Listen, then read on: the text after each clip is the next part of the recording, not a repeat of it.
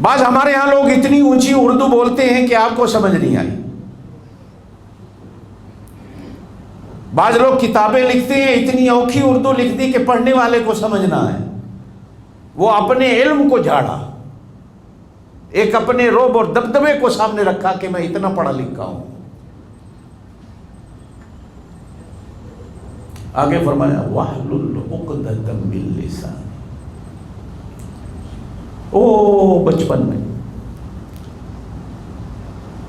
ایک دفعہ فرعون نے مجھے اپنی گود میں اٹھایا ہوا تھا تو میں نے فرعون کی داڑھی کو ہاتھ مارا تھا. تو جب پکڑ کے کھینچی نا تو فرعون نے حضرت آسیہ کی طرف دیکھ کر کہا یہ لڑکا مجھے وہی معلوم ہوتا ہے جو میری بادشاہی کے لیے خطرہ ہوگا. تو حضرت آسیہ نے کہا نہیں بچہ ہے، بچے کو کیا پتا یہ داڑھی ہے کیا ہے. بادشاہوں کے اپنے دماغ تو ہوتے کوئی نہیں. اب سمجھانے کے لیے حضرت آسیہ نے ایک ہیلا اختیار کیا. چولہے میں سے انگارہ اٹھایا اور کہا یہ دیکھ میں بچے کے سامنے کرتی ہوں. بچے کو کیا پتا یہ انگارہ ہے، وہ اس پہ ہاتھ رکھ دے گا. فرعون نے کہا ہاں جلدی کر، مجھے ڈر ہے، تاکہ مجھے تسلی ہو یہ وہ لڑکا نہیں ہے. حضرت آسیہ نے انگارہ اٹھایا. ابھی حضرت موسیٰ کی ہتھیلی پہ آیا نہیں کہ میرے اللہ نے جبریل کو بھیجا جا موسیٰ کی ہتھیلی پہ اپنا ہاتھ رکھ دے اور یہی انگارہ موسیٰ کی زبان پہ رکھ دے تاکہ بات اور پکی ہو جائے.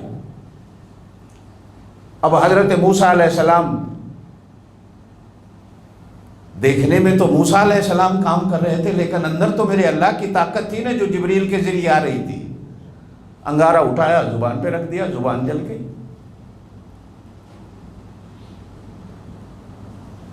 اب میرے اللہ چاہتے تو اسی وقت زبان کو ٹھیک کر دیتے، جلی ہوئی کو نہیں ٹھیک کیا کہ کہیں آگے جا کر کام آنا ہے. اب حضرت موسیٰ علیہ السلام رک رک کے بولتے تھے، زبان میں لکنت آتی تھی کہ جل گئی تھی. اب جب اللہ نے کہا فرعون کے پاس جا تو کہا اللہ میں تو بولتا ہوں زبان رک جاتی ہے. انج کر کہ وہ میری زبان جو پہلے والی تھی اس طرح کی کروں تاکہ بات جو کروں تو ایسی کھل کے کروں، ایسی وضاحت سے کروں کہ میری زبان کہیں رکے گا.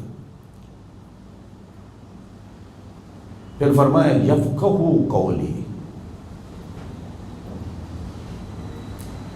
یہ بھی اللہ کی دین ہوتی ہے. کبھی کبھی بندے بات بڑی کرتے ہیں، سمجھ کسی کو نہیں آتی، لیکن کوئی ایک ان پڑھ بندہ ہوتا ہے بات ایسی کرتا ہے کہ سامنے والے سب سمجھ جاتے ہیں. کبھی پنچایتوں پہ آپ بیٹھو، جرگوں میں کبھی بیٹھو تو کبھی کبھی سیانے بندے بھی وہ بات نہیں کر جاتے تو ایک جٹ بندہ سیٹ پہ پگ بن کے بیٹھا ہے، ڈنڈا ہاتھ میں ہے، بیچارہ پڑھا لکھا نہیں، اسکول میں کبھی گیا نہیں، وہ ایسی بات کرتا ہے پنچایت میں بیٹھ کے، جرگے میں بیٹھ کے کہ سارا جرگہ بول اٹھتا ہے سبحان اللہ. یار مسئلہ ہی حل ہو گئے. بابا جی کیڑے پنڈ دے ہو، کیڑے اسکول گئے ہو؟ بابا کہتا ہے نہ میں کسی اسکول گیا ہوں، میں فلانے چھوٹے سے پنڈ کا ہوں. علم دینا یہ اللہ کی مرضی ہے جس کو دے دے، لیکن علم کے ساتھ ساتھ اللہ اگر کسی کو فقاہت دے دے، سمجھانے کی اللہ توفیق دے دے. اور آپ جتنے بیٹھے ہیں دعا کر کے آیا کرو کہ اللہ ہمیں کچھ سمجھ بھی دے دے اور میں بھی ایسی بات نہ کروں جو آپ کے دماغوں سے اوپر چلی جائے، یہاں اثر کرتی ہوئی نظر آئے.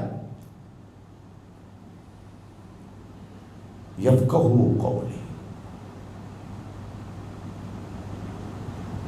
نبی بات میں یہ کر رہا تھا کہ اللہ نبی کی زبان پر اپنا پہرا اس طرح کا رکھتا ہے.